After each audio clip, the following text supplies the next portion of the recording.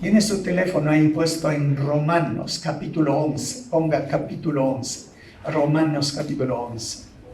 Porque es necesario que usted me acompañe con su Biblia y que se acostumbre a encontrar Romanos capítulo 11. Mientras usted busca, se dio cuenta que cantamos algo que pasa a ser magnífico, que pasa a ser glorioso, que pasa a ser algo que tal vez vamos a cantar por la eternidad, yo no sé.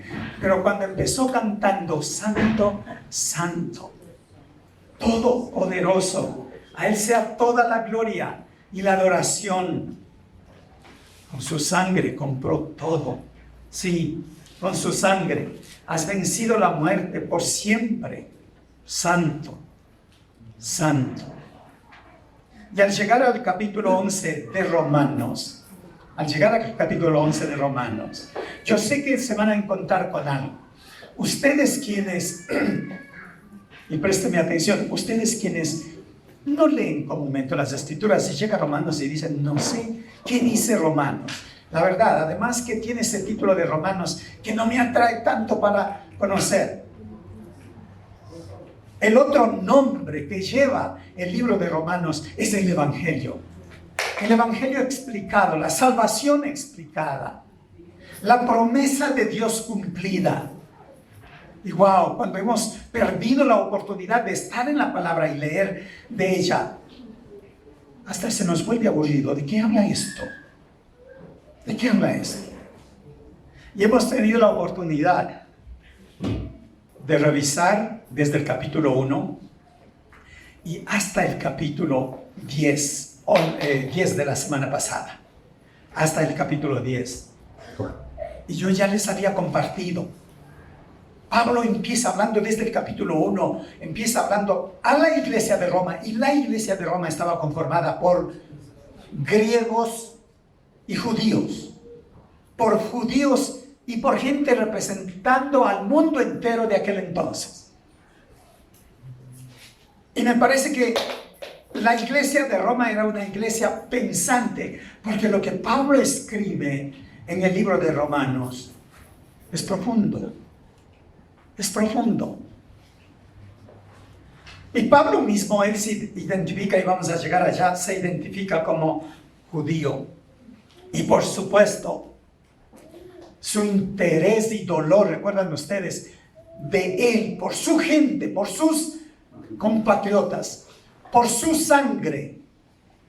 Pablo expresa tener dolor, a tal punto que en el capítulo 9 dice, quisiera yo mismo morirme. Hay un término que usa él, quisiera ser anatema, es decir, quisiera ser condenado, quisiera irme al infierno porque mi nación conozca a Cristo. Su deseo pasa a ser muy emocionante, no tanto teológico, ni doctrinal. Pero así, abre su corazón y dice, esto quisiera que pase conmigo, pero él sabe que eso no puede hacer. Cuando llega al capítulo 10, celebra el hombre por su pueblo. Celebra por su pueblo. Pero cuando llegamos ya al capítulo 11, wow, es interesante lo que empieza haciendo Pablo en el capítulo 11. Porque hace una pregunta, pero antes de llegar a la pregunta, es bueno entonces que tenga usted en mente. Sí, Pablo viene hablando a esta iglesia y a la iglesia, compuesto por creyentes judíos y compuesto por creyentes como nosotros. De Venezuela, de Cuba, de Ecuador, de Estados Unidos, de Canadá, ¿de dónde más? Está completo. De Argentina, de Argentina también. Pues mire, todas las naciones que no eran judías eran llamados pueblo gentil. Pueblo gentil. Y Pablo aborda a los gentiles y a los romanos, a los gentiles romanos y también a los judíos. Así que cuando llega al capítulo 11, nos encontramos con algo particular. Y el capítulo 11 tiene algunos temas. Yo voy a concentrarme primeramente en lo que tiene que ver, y son unos 4 puntos. Tiene que ver con la rebeldía del pueblo de Israel, con un estado de apostasía que hasta ahora vive. Y dirá, ¿qué es apostasía? Es exactamente eso, que hasta ahora le dan la espalda a Cristo y dicen, Él no ha venido y yo no quiero saber nada de Él. Sabe que algunos cristianos de aquí alguna vez vivieron eso también, ¿verdad? Conocieron al Señor y luego dicen, me aparté. ¿Sabe lo que es el Señor? A pesar de la rebeldía, le encuentra y le trae, porque dice que nosotros no venimos a Él, Él viene a nosotros. Y el pueblo de Israel es así. Así que primer punto, vamos a ver algo que tiene que ver con este tema de la rebeldía, de este estado de apostasía. Y Él trae una sola palabra, que es el otro tema que vamos a ver esta mañana, que tiene que ver con este grupo que llega a conocer al pueblo de Dios. Ok, el pueblo de Dios llega a conocer esta porción que Él lo llama el remanente. Así que la rebeldía, o un pueblo que es ahora reconocido como un pueblo apóstata, el remanente. Luego yo les voy a dar una lista rapidita de la historia del pueblo de Israel, ciertos acontecimientos fundamentales, y al final vamos a ver que Dios cumple su promesa. Dios cumple su promesa y toda su intención de bendecir, como le dijo a Abraham, en ti serán benditas todas las naciones. Y Él en parte toca en este capítulo este aspecto fundamental. Así que vamos entonces y veamos de dónde viene todo esto. Es como un diagnóstico que Pablo hace cuando él escribe a la iglesia de Roma, porque la última parte del capítulo 10, para llegar al 11, les leo lo que dice Pablo. Capítulo 10, versículo 20 y 21, que queda allí, al final del capítulo 10. Dice, luego Isaías habló audazmente de parte de Dios y dijo, me encontraron personas que no me buscaban, me mostré a los que no preguntaban por mí. Luego sigue hablando, pero con respecto a Israel, Dios dijo, todo el día abrí mis brazos, pero ellos fueron desobedientes y rebeldes. Ese es el diagnóstico de Israel. Desobediente y rebelde. Y yo añado el término apóstata. ¿De dónde Pablo dijo eso? ¿Sabes? Interesante, porque Pablo toma del libro de Isaías, cuando él escribe y cita a Isaías y dice esto, escuche. El Señor dice, estaba listo para responder, pero nadie me podía ayudar. Estaba listo para dejarme encontrar, pero nadie me buscaba. Así estoy aquí estoy, y aquí estoy. Dije a una nación que no invocaba mi nombre, todo el día abrí mis brazos a un pueblo rebelde, pero ellos siguen sus malos caminos y sus planes torcidos. Todo el día me insultan en mi propia cara al rendir culto a ídolos en sus huertos sagrados y al quemar incienso en altares paganos. Se merecen algo bueno después de hacer eso. Y todos diríamos, no, que se vayan a arder por la eternidad. Y Dios no lo ve así. ¿Sabe? Dios no lo ve así. Y ese carácter de Dios no solamente lo aplica para con Israel, lo aplica para conmigo y para contigo. Es increíble lo que hace Dios. Así que llegamos a Romanos, y ante esta rebeldía, Romanos capítulo 11, versículo 1, ¿cómo empieza? Ha desechado Dios a su pueblo, y ese es el tema de este sermón. Ha desechado Dios a su pueblo. Aún yo podría hacer la pregunta hacia mí mismo. ¿Me ha desechado Dios a pesar de cualquier situación que pudo haberse dado en la historia hasta hoy?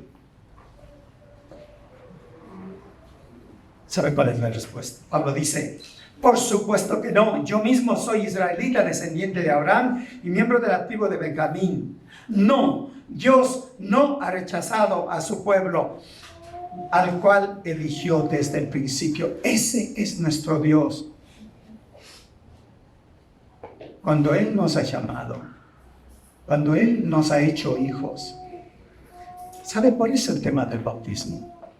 Qué crucial es esto. ¿Cómo puedo yo ser su hijo? Y de pronto decir, no estoy esto. O será el próximo año. O no es necesario. No sé de dónde se inventaría eso. Dios es tan bueno porque no le va a culpar. Pero debe ser nuestro acto de adoración a Él. Hacerlo. Estoy promocionando, por caso no eres bautizado. Sigamos más adelante y vamos viendo aquí entonces la respuesta que da Pablo. Y Pablo dice, no van a ser rechazados nunca. Sin embargo, noten el énfasis que hace Pablo yendo al versículo 8 de Romanos 11. ¿Está conmigo? Baje hasta el versículo 8. Y ahí en el versículo 8 dice, como dice las Escrituras, y en la Reina Valera, que tal vez ustedes lo tienen, Dios les dio espíritu de estupor. ¿Qué quiere decir eso? Déjenme leer en totalidad en mi versión que estoy usando. Dios les hizo caer en un sueño profundo hasta el día de hoy. Marque, hasta el día de hoy. Les ha cerrado los ojos para que no vean y les ha tapado los oídos para que no oigan. Usted diría, cruel de parte de Dios. No. Recuerda que con el faraón también dice que endureció el corazón. No, pero primeramente su corazón estuvo duro y luego le endurece. Romanos, el capítulo 1, cuando empieza hablando de que las naciones se han alejado de Dios y las naciones han decidido vivir una vida alejada de Él. Dice que Dios les dejó que se vayan. Les dejó que se vayan. Pero aquí dice que hasta el día de hoy, ¿sabe? Esto tiene relación con algo que Pablo ya escribió a la iglesia, ya no de Roma, sino a la iglesia de Corinto. Escuche lo que dice a la iglesia de Corinto. No somos como Moisés, le dice a la iglesia de Corinto, quien se cubría la cara con un velo para que el pueblo de Israel no pudiera ver la gloria de Dios, aun cuando la gloria estaba destinada a develarse. Por la mente de ellos se endureció hasta el día de hoy. Hasta el día de hoy. Cada vez que leen el Antiguo Pacto, es decir, el Antiguo Testamento, está hablando de lo que pasa en estos días. Cada vez que un judío común y corriente abre su Biblia, el Antiguo Testamento, la Torah, ¿qué pasa? Les ha cerrado los ojos para que no vean y les ha tapado los oídos para que no oigan, decía Pablo antes. Pero ahora dice, hasta el día de hoy, cada vez que leen el Antiguo Pacto, el mismo velo les cubre la mente para que no puedan entender la verdad. ¿Sabe? Interesante. ¿Sabe lo que pasa con la nación judía en estos días? Ya sea que sean los religiosos judíos o los no religiosos, pero lo que terminan diciendo es que coinciden de que Jesús fue el más influyente y a la vez el más dañino de los profetas falsos. Dado que la creencia judía tradicional con respecto al Mesías es que Él todavía no ha venido, es que la era mesiánica no ha llegado para ellos todavía. Por lo tanto, concluyen en el rechazo de Jesús como Mesías. Es la secta más rara del cristianismo para el común de los judíos. Es una secta, es incomprensible porque nosotros hablamos de la Trinidad. Es incomprensible porque hablamos de Jesús como deidad. Recuerde que como cristianos debemos tener esto bien claro: Jesucristo es Dios. No por ser el Hijo de Dios es menor a Dios. No, es el rol del Hijo de Dios. Pero un judío común y corriente eso no tiene importancia. De modo que tiene sentido lo que Pablo ya habló a los Corintios, diciendo hasta el día de hoy, cada vez que leen el antiguo pacto, el mismo velo les cubre la mente para que no puedan entender la verdad. Y yo me pregunto, ¿de verdad es así? ¿De verdad es así? Lo interesante de todo es que Dios es un Dios grande y su carácter es incomparable. Porque a través de Pablo declara esta verdad al pueblo de Israel y le dice, va a haber un remanente, va a haber un remanente. Hay un remanente que se viene. Y a nosotros nos encanta, nos gusta querer saber puntualmente de lo que se viene. Y en eso de querer saber puntualmente de lo que se viene, queremos entender mejor. ¿Cuándo va a pasar? ¿Qué va a pasar con la iglesia? ¿Qué va a pasar con las naciones? ¿Viene el juicio final? ¿Realmente el hombre de perdición viene? ¿El anticristo va a estar acá? Y después de esto, ¿realmente hay un milenio? Estoy hablando de las cosas que la mayoría de ustedes saben, de lo que va a acontecer a futuro. Pero mis hermanos, empieza hablando de un remanente. Y vamos al versículo 5.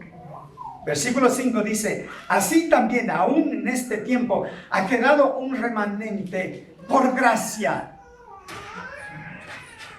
Ha quedado un remanente por gracia. Lo que le está diciendo al pueblo de Israel es lo siguiente. Lo que está aconteciendo ahora con los judíos que vienen a Cristo, o lo que aconteció con los judíos desde el primer día cuando la iglesia nació, es que la iglesia no nació con creyentes gentiles. Todos los de la iglesia de Jerusalén eran judíos. Y todos los que llegaban a conocer primeramente eran judíos. ¿Recuerdan el trabajo que hacía Pablo? O el trabajo que hacían los seguidores del Señor, los discípulos del Señor. Cada vez que iban a una ciudad para anunciar el evangelio, no se paraban en la esquina para predicar. Iban el sábado a la sinagoga, le pedían los mismos escritos del Antiguo Testamento y decían, aquí está, Cristo ya vino. Y les declaraban de Cristo. Y ellos llegaban a conocer. Entonces, cuando habla de el remanente, yo creo que tiene que ver con dos cosas. Ahora Pablo, en el versículo uno dice, yo mismo soy israelita. En el versículo 2 dice, ¿recuerdan la experiencia de Elías? Elías ahí en el Monte Carmelo hace una apuesta con los 400 profetas de Baal. El Dios que haga caer fuego es el Dios de Israel. Él es el Dios. Llega el momento y no pasa nada con los 400 profetas. Viene Elías, ora y cae fuego y consume el sacrificio. Y luego, cruel, muy cruel, a los 400 les vuela la cabeza. A todos ellos. Se da todo ese acontecimiento y huye Elías. Y llega a la cueva y el Señor, Elías, ¿qué haces aquí, Elías? ¿Qué haces aquí?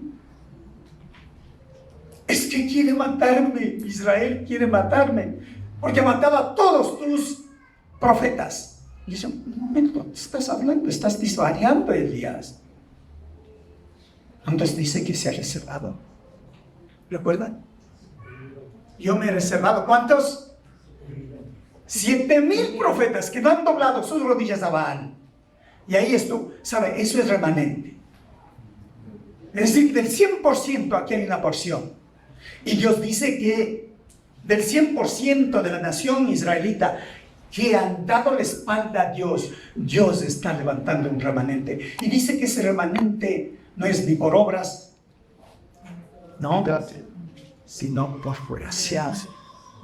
Es tremendo lo que Pablo empieza a compartir. Pero ¿sabe? Esto tiene relación con estos días.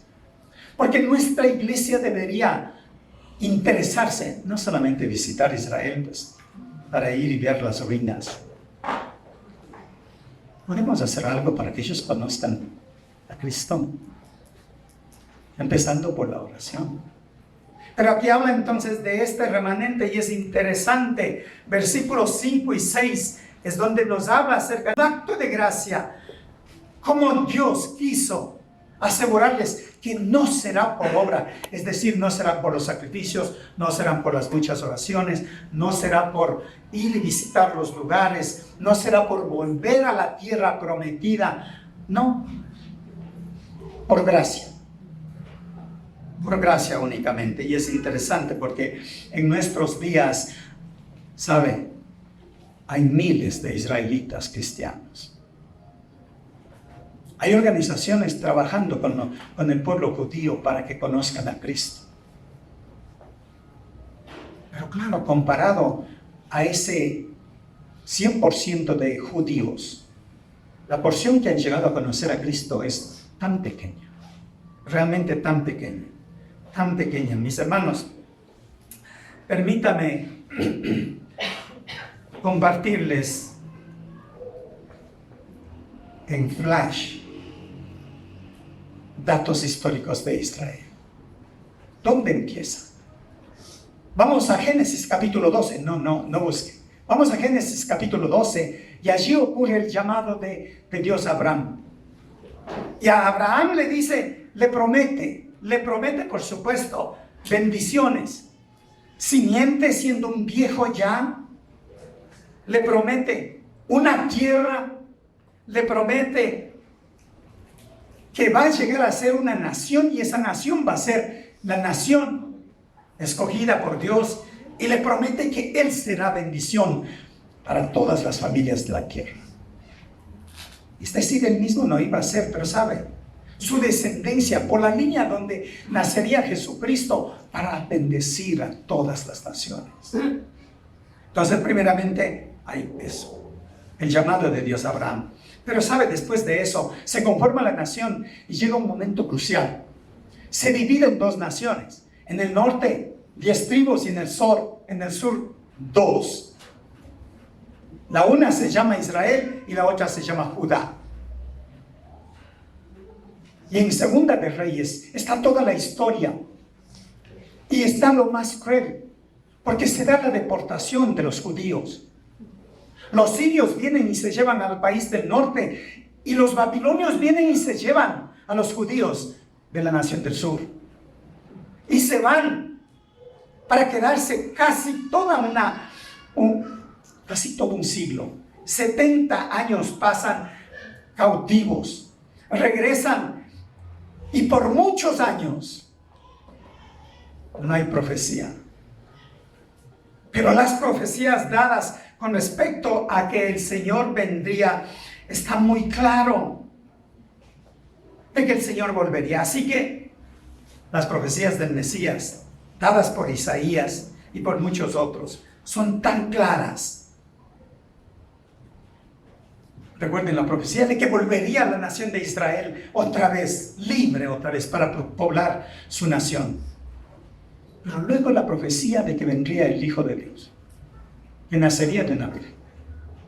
A pesar de su experiencia en el exilio, no creen en la profecía del Mesías. Viene el Mesías y ustedes me van a ayudar a recordar. Juan 1:12. A lo suyo vino. Eso es todo el versículo. ¿Okay? Es Juan 1:11 en realidad. A lo suyo vino y los suyos no le recibieron. Se da el ministerio de Jesucristo y sabe, un día bajando de la montaña, les leo lo que dice Jesucristo. Y acercándose a Jerusalén, Jesús vio la ciudad delante de él y comenzó a llorar diciendo: ¿cómo quisiera que hoy tú, entre todos los pueblos, entendieras el camino de la paz? Y sigue hablando: pero ahora es demasiado tarde y la paz está oculta para tus ojos. No pasará mucho tiempo antes de que tus enemigos construyan murallas que te rodeen y te encierren por todos lados. Te aplastarán contra el suelo, a tus hijos contigo. Tus enemigos no dejarán una sola piedra en su lugar, porque no reconociste cuando Dios te visitó.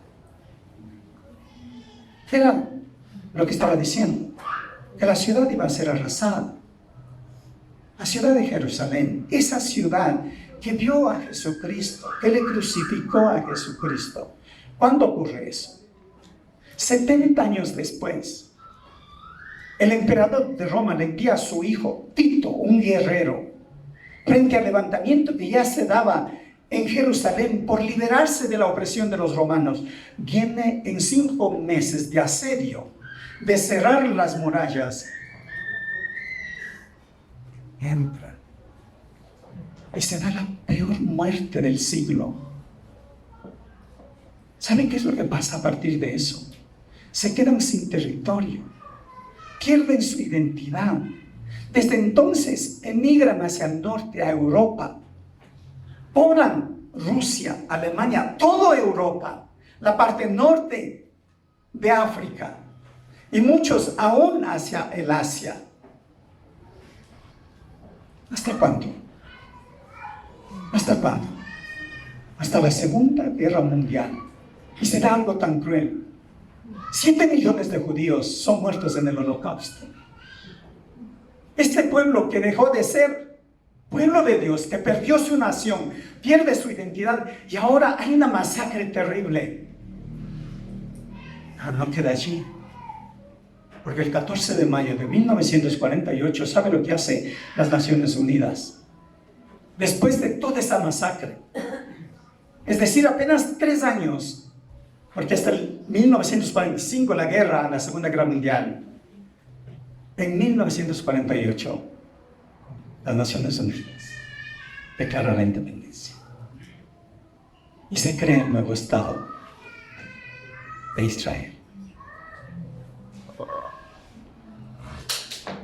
No es Dios fiel. Y claro, vale la pena recordar este pasaje hermoso que tenemos aquí, que queda en Timoteo, 2 Timoteo. Si somos fieles, Él sigue siendo fiel. Ya no me puedo negar, o Él no puede negarse a sí mismo.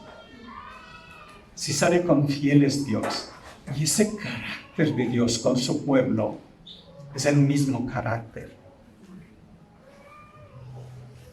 con nosotros, sobre nosotros. Pero cuando habla la Biblia, ves que hasta este día todavía están velados, no escuchan, no entienden. Les leo nuevamente lo que se dice hoy de los judíos, lo que dicen ellos. El rechazo de Jesús por parte de los judíos hasta el día de hoy.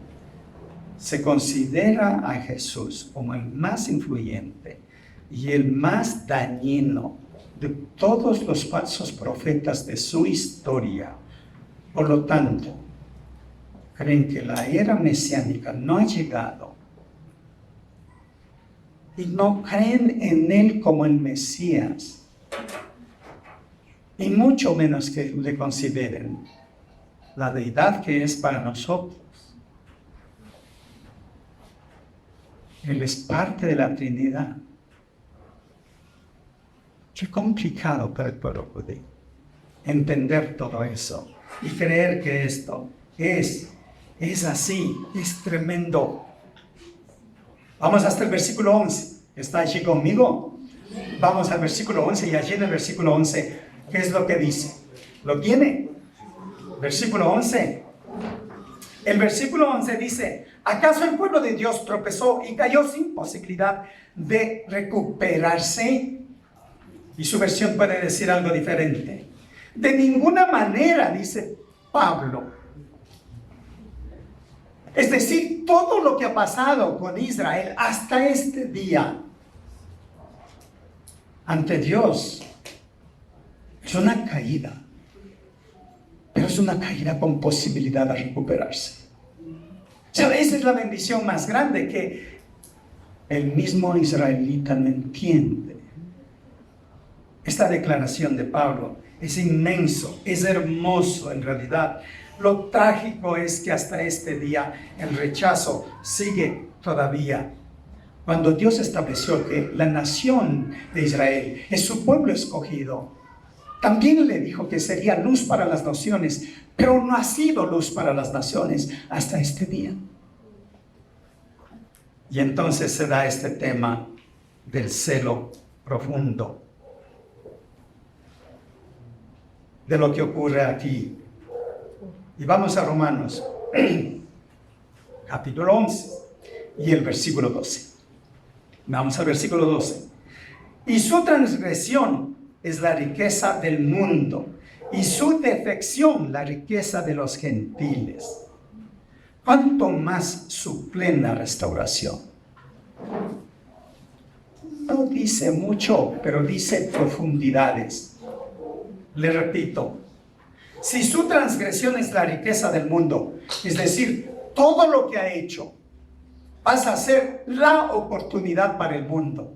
No solamente eso, pero pasa a ser la riqueza para los gentiles, es decir, para usted y para mí. ¿Qué pasa con el plan de Dios? Mientras el pueblo se revela, Dios usa esto como una oportunidad. Abre las puertas. Es el pueblo gentil que empieza a conocer a Jesucristo. Y qué bueno es recordar la historia de Hechos, el capítulo 10, ¿verdad? Cuando Pedro es enviado para predicarle a Cornelio. ¿Quién era Cornelio? Era un romano pagano, nada israelita. Él mismo se resistió a ir y hablar con Cornelio. Pero allí empieza. Y entonces se da un concilio en Jerusalén para ver que sí o que no. Y por fin Pablo se declara: yo soy apóstol para los gentiles. Y desde entonces él predicaba a los gentiles. La puerta se ha abierto. ¿Sabe? Si no se abría esa puerta, ninguna nación tendría a la iglesia de Jesucristo representada. Qué grandioso cuando pasa todo esto. Ese es el remanente, porque luego dice: ¿cuánto más su plan de restauración? Nota eso. Dice: si los gentiles aprovecharon de esta oportunidad para llegar a ser parte de la iglesia del Señor. Luego dice: ¿cuánto más los que van a ser redimidos del pueblo? ¿Cuánto más? Vamos más adelante y vamos al versículo 17. Pablo presenta una analogía del injerto. Desde el versículo 7 en adelante, y aquí nos habla acerca del árbol de olivo. Así que le ayuda a entender. Dice: del árbol de olivo se han desgajado las ramas propias del árbol de olivo. Pero Dios aprovecha de esto y dice: las ramas del olivo silvestre, es decir, de las naciones que no son israelitas, les toma y les pega, les injerta. De tal manera que la misma savia de la raíz, dice, que alimentaba a las ramas naturales del olivo natural, alimenta ahora a las ramas del olivo silvestre. Nosotros somos las ramas del olivo silvestre, porque no venimos del pueblo de Israel, a quien prometió tanto nuestro Dios.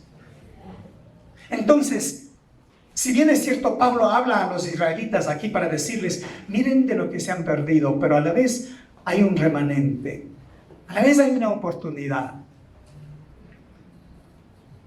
Y hay mucho para agradecer al pueblo judío, porque por medio de él se dieron las escrituras, se dieron las promesas. Dios prueba su bondad y misericordia, les castiga y les vuelve. Dios es grande, es impresionante cuando encontramos esto, porque no solamente llega hasta ese punto. Jesucristo nace de una familia judía y él mismo, de una familia judía, él mismo pasa a ser judío. Pero toda esa bendición por la rebeldía de Israel se nos abre la puerta para todas las naciones. Esto es grandioso, grandioso y grandioso. Mis hermanos, note lo que Pablo afirma y dice que Israel realmente está muerto. Realmente está muerto.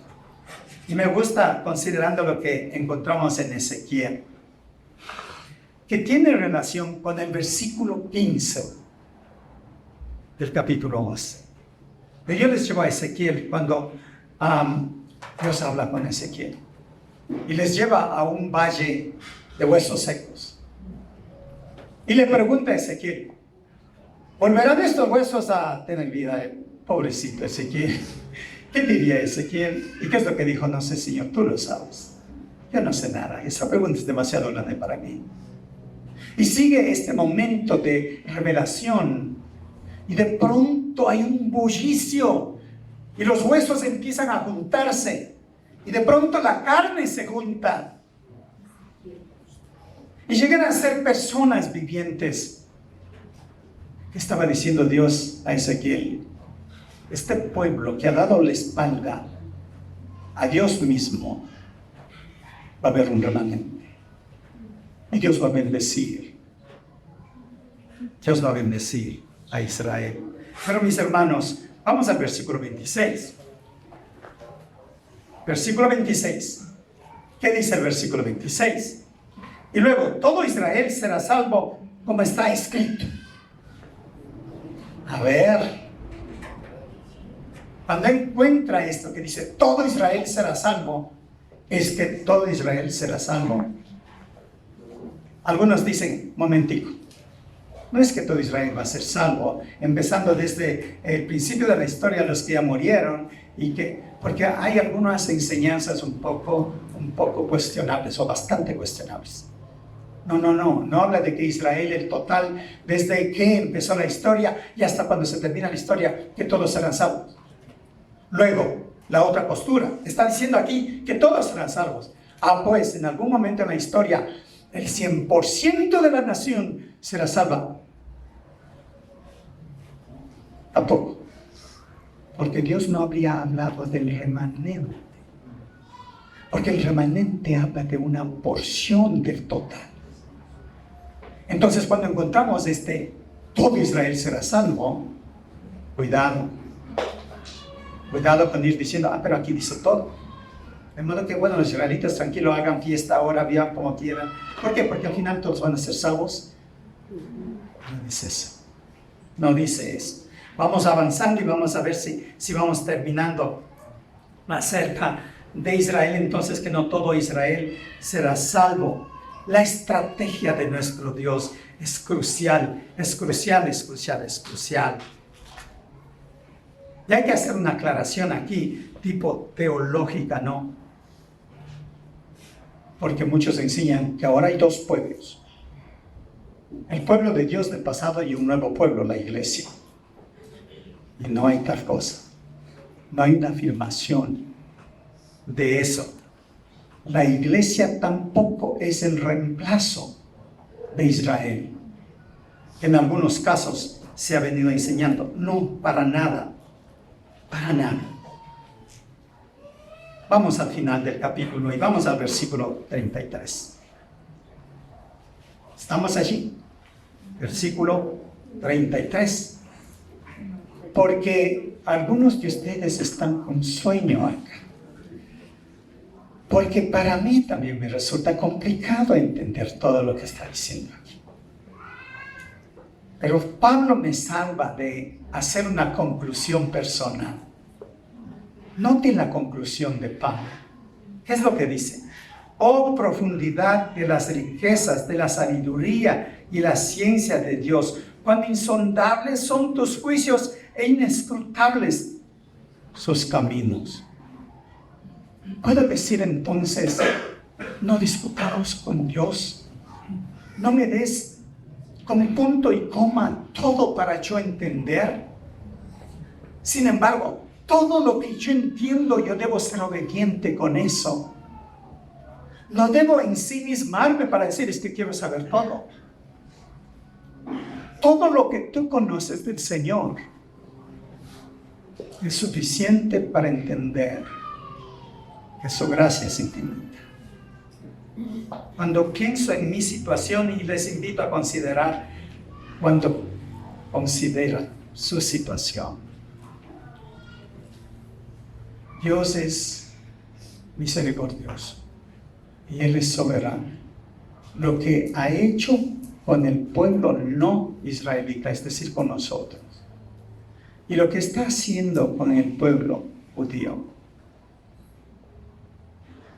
yo puedo decir, Señor, te alabo porque tú eres soberano.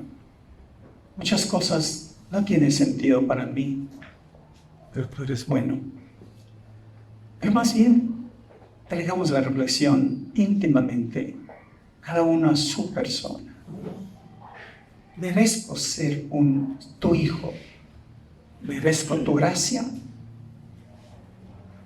¿Es para mí todas estas promesas? No lo siento así. Es incomprensible cómo Dios plantea todo un plan por gracia solamente. Así que en esta mañana, y al término de este capítulo, no sé dónde se encuentra usted. Se ha culpado por cosas.